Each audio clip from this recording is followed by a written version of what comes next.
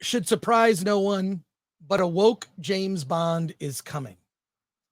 Before I tell you about it, I'm going to show you the very first image of James Bond, which was illustrated way back in the day.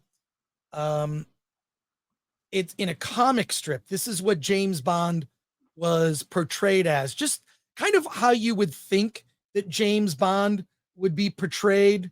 Um, like chiseled jawed, very manly James Bond. And there's a comic arts museum that now has a lot of this James Bond art that's on display. Here's one of the very first comic strips. The first adventure of James Bond takes him to Casino Royale. You see, James Bond kind of looks exactly like you would think. And James Bond has changed a lot over the years. When Daniel Craig became James Bond, he's sort of blonde-ish. I would say he's more of a dirty blonde than actual blonde. There was a little controversy about that. Honestly, I don't care. I like his interpretation. It's different. My James Bond personally is always going to be Sean Connery, because that's how I first remember James Bond. Sean Connery is my Bond. Here it is, John McCluskey from 1965. There's an illustration also of James Bond, the character as portrayed. I think it's pretty cool. So, but let's take a look at this article that I found.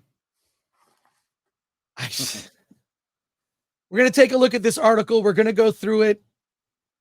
And here we go. They're saying the new James Bond is beyond parody. This is from Spiked. Okay. Can you see that all right? You could make it bigger if you could. Okay. I'll make it bigger. Alan, don't take that out of context. Yes. To get rid of these ads. Just kind of rub it a little bit. And yeah, there you go. All right, let's get rid of these ads. Okay. The near universal loathing for Charlie Higson's new Bond novel has restored my faith in humanity. This is written by Simon Evans on Spiked.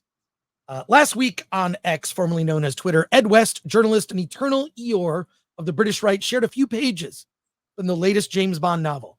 He included no prompts to indicate how we should feel about it, or indeed why he had thought it was worth bringing to our attention. But the derision it drew was immediate. The consensus was overwhelming. It was tripe. The book is called On His Majesty's Secret Service. If your first reaction to that title was like mine, hang on, isn't there one called that already? Then you need to look again. This is a new Bond for the new king / he, him. It is, in a very real sense, all about the pronouns now. Indeed, this iteration of the erstwhile Queen's Thug came out back in May. It was commissioned for the coronation, much like the Charles and Camilla approved Broadbean quiche of that name. But until recently, it had escaped most people's attention. The new book presents Bond as a weary 21st century beneficiary of corporate frequent flyer schemes, a Bond whose worldview seems more in line with someone whose formative years were spent in the BBC's HR department rather than in MI6 HQ. This Bond is brooding, though not over murderous supervillains with tall tales, tics, and facial deformities, or shadowy Asiatic acronyms, but over the problematic Euroscepticism of the democratically elected Viktor Orban, the alleged dog whistle bigotry of imperial weights and measures, and a gathering of barely disguised pro-Brexit ERG types whose leader had not thought to ensure an adequate diversity quotient. Every paragraph groans under the severed heads of the author's hobby horses. Other parts of it are just bizarre. Bond is able to identify a sensible Taittinger by taste alone, for example, and note the price point approvingly. Apparently pay too much for champagne, and if anything, it starts to taste worse. Who knew? Yet he is somehow not sure if the pastry filling he's eating is mushroom. Well, we all have our blind spots. On Her Majesty's Secret Service was written, I am resisting the temptation to sneer, as per Truman Capote, typed by former comedian Charlie Higson. It sounds like this is almost like a parody. And had it been intended as comic pastiche, a kind of Richard Littlejohn meets Alan Partridge, what next? A woke Bond piece? It would have been perfectly judged if a little mild. Although it may seem hard to believe this is not pastiche, this is a real book, a real Bond, or at least an authorized palimpsest. I have never heard of the word palimpsest. I don't know palimpsest. I don't know everything, folks, but I like to. Alan, what does palimpsest mean? Yeah, I'm looking that up. Palimpsest. It's not a real word. How do you give me the first three letters? Palimpsest. All right, moving on. And when extracts were shared on X, they soon provoked an equally real and rather delicious bubbling up of laughter and derision of the kind that restores my faith in the common vox. This was the most clunky example I've yet seen of a particular flavor of politically motivated refurbishment addressing what is perceived to be the tired decor letting down otherwise solid architecture. It was a relief to know others thought so too. New Bond is not an example of retconning, short for retroactive continuity. That is when publishers edit older books to make sense of errors, inconsistencies, or awkwardness created as often by authorial carelessness as changing tastes. This is more of a kind of software upgrade, a nudge that realigns legacy characters with modern mores, under which they can proceed safely into contemporary fiction. This technique applies a palatable glaze to problematic texts and gnarly, ornery heroes and keeps them morally acceptable, not least to publishing houses staffed entirely by easily spooked humanities graduates who scored 11 on neurosis and agreeability and 3 on historical perspective. Alan, what's the meaning of that word? Yes. The introspect M got it. A manuscript that has been written on more than once, usually referring to... Okay, this is the... Let me give you the one I have. A manuscript or piece of written material on which the original writing has been effaced to make room for later writing, but of which traces remain. So it's an original manuscript that has been rewritten for modern times, basically. And, Okay, and good. weirdly, there's a word for that, and that's palimpsest. Well, we need more of those words, I guess. All right. Continuing on. Wait, where I lost my... It was right. It was... Isn't it right in front of you there? No, I had it. Did you scroll? No, I just have 700 tabs out. It's the it should be the one that's lit up with a little dot or something. Is it? Now I'm gonna go into a rant about technology this time. Here we go. All right, sorry about that. This process need not be inherently a bad thing. It's just a question of degree. By all means, let modern Bond kick the tobacco habit, respect women, and even, I don't know about that, and even revisit some of his previously unexamined prejudices. But this version furnishes Bond with the kind of opinions that would serve him well at a barbecue attended by his daughter's favorite drama teacher. And thus the long march through the institutions has reached the gift shop, and we can all buy souvenirs of our new improved memories. Defenders of the new Bond will roll their eyes and patiently explain that in this case, no one is messing with Ian Fleming's old prose or watering down his vodka martini, nor is woke Bond on the school curriculum, let alone being read to toddlers by men with padded bosoms, 3-inch eyelashes, and towering platform heels. He's talking about a drag queen. Mm-hmm. It's just being put by the till for a few weeks so that the free market can decide. So this is interesting. This exists, and we're going to see if people buy it. True enough, but I was pleased to see that in the genuinely free market of scorn, Twitter/X can still function as a good old-fashioned town square equipped with public stocks, buckets, and sponges, and robust engagement, because On His Majesty's Secret Service really got the raspberry it deserved. I'm not going to read the entire article. I will put the link in the description for this story. But Alan, what do you think about a woke James Bond here?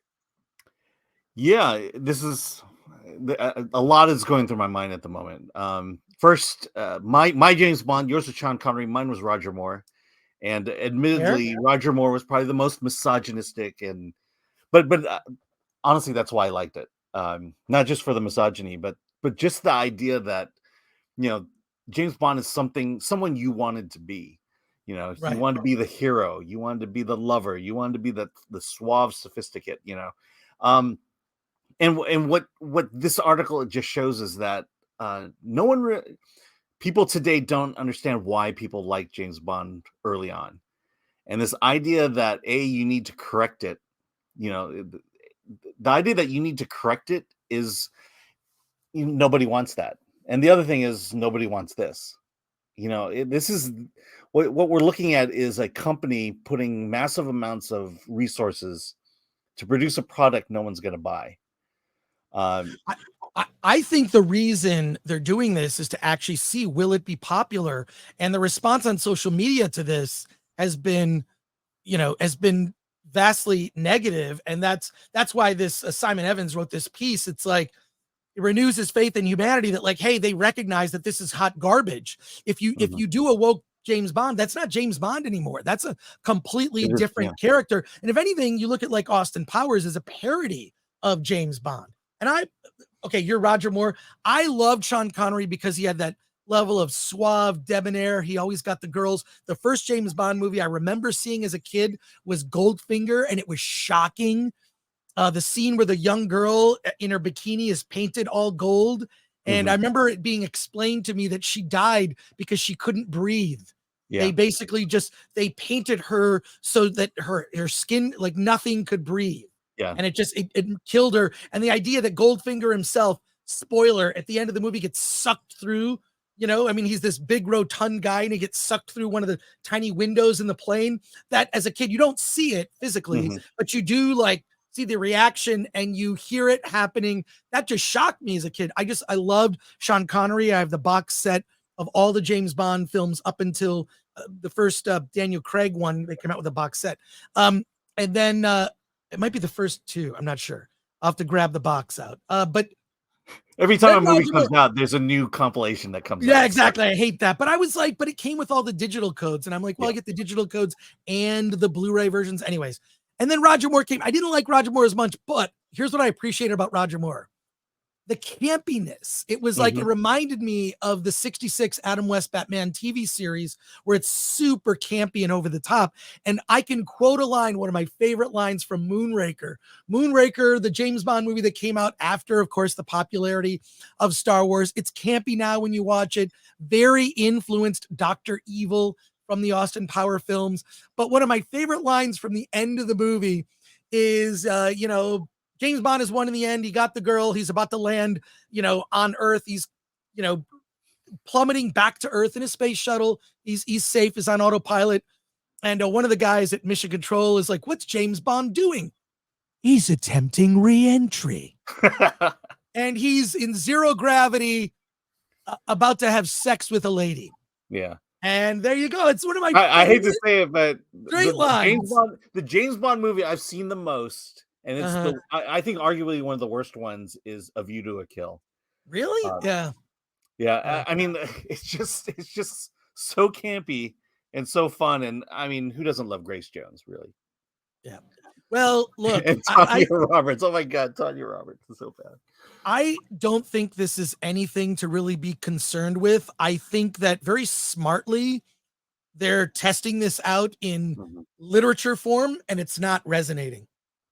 I mean, it's going over very poorly online, and that's the point. That's the point of this guy's article is that this has been received so badly. I don't think it's going to affect the movies. There's always going to be little sort of like, they're going to throw out little bones here and there, right? A character that's, they made, what's his name, gay in the Daniel Craig James Bond. Is it Felix or is it Q? I don't know. I forget. Yeah. Look, this is, I've been saying this about Walt Disney, and I've been saying this about the live action remakes. What you're pointing out here is what they did with all the live action remakes, with probably the exception of Cinderella, where they had to correct everything wrong, everything politically incorrect about it, everything not woke about it. And we've been seeing this happen over the last decade, probably the last 15 years of of needing to say that these stories that Walt had brought to life made classics. Well, we need to fix it because they were just wrong back then, and this is what's happening here. Well, I'll just say this: Wokebond may be here in the written word. I don't know that this will ever translate to the screen. I think if you look at the failure of a lot of films, we don't need to go over, you know what they Yeah. are. I don't think, I think that a new James Bond is going to, and James Bond always gets modernized. There's new gadgets, new tech, new like things that are kind of in the zeitgeist, whether it's AI or something, you know what I mean? Like New, something that stronger women. yes, stronger women, Yeah. whatever. Look, That's I'll tell fine. you. I'll tell you how this is going to be made in a movie. The best way to do this, if you're going to make a movie of this, is to do it like the original Casino Royale. You know, just make it a parody. I absolutely make it a parody, and I think you'd actually make it a good. I think this is the makings of a really good parody if you take it from that approach Oh and my not think God. that. As a Yeah, comedy, a yeah, woke James absolutely. Bond would be hilarious if you mocked, if you made it in a mocking Yeah. way. I'm just glad that, like, look, here's what James Bond needs: a British accent and a tuxedo. You Mhm. can't dress James Bond like John Fetterman, the esteemed senator from Pennsylvania. Mean the fashion Oh my forward God. trendsetter What a of the US moron. Senate? What a moron. And I'm not talking about John Fetterman. I'm talking about everybody who voted for that guy. You couldn't see that a guy who had just suffered a stroke might just be a tool.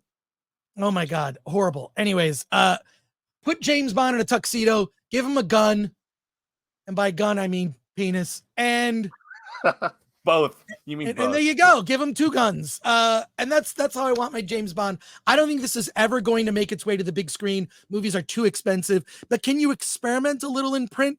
Yes, you can. Yeah. So I would say rest assured, this isn't actually.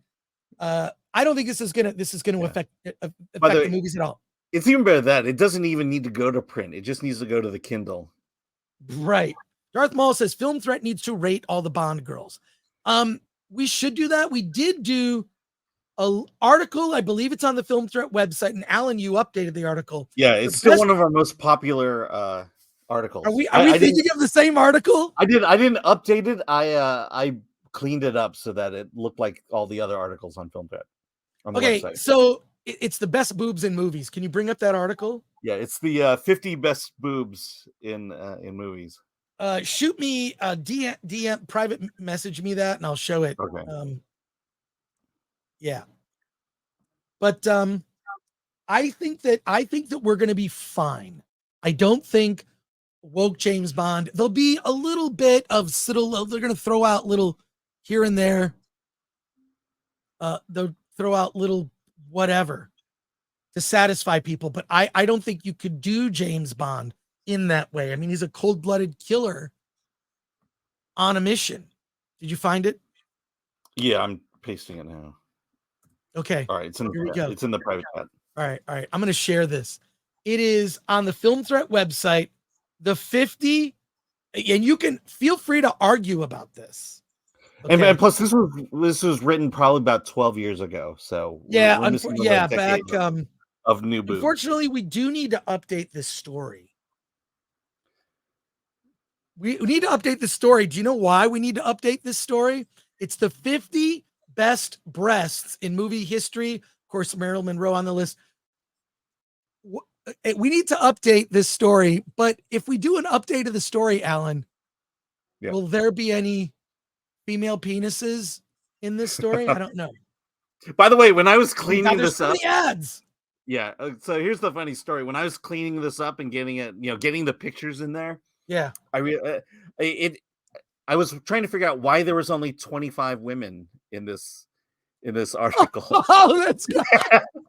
So there's 25 women, but 50 Yeah, so if total we breasts. update it, we're gonna have to go to the top 100 boobs Oh in my movie God. history. This really goes back. You've got Mae West, Jane Russell, Marilyn Monroe. These are all Yeah, great. Elizabeth I Taylor. agree with all these choices. Jane Mansfield, Sophia Loren. We have part 2. So this goes on. This is Yeah. look at this. Yeah. Love it. Yeah, Ursula Ursula Andress. Andress. Yeah. Oh my God. Yeah, Raquel Welch. Raquel Welch from 1 million years BC, which is a ridiculous movie when you look back on that film, like Super Hot Caveman. Tura Satana from Faster Pussycat Kill Kill. Anyways, I'll put the link to this in the in the description of this episode. Yeah. We get consistent traffic to this article. Really? Yeah. Okay, we have to update it then. We have to update it. Yeah, All right. we'll go to top 100.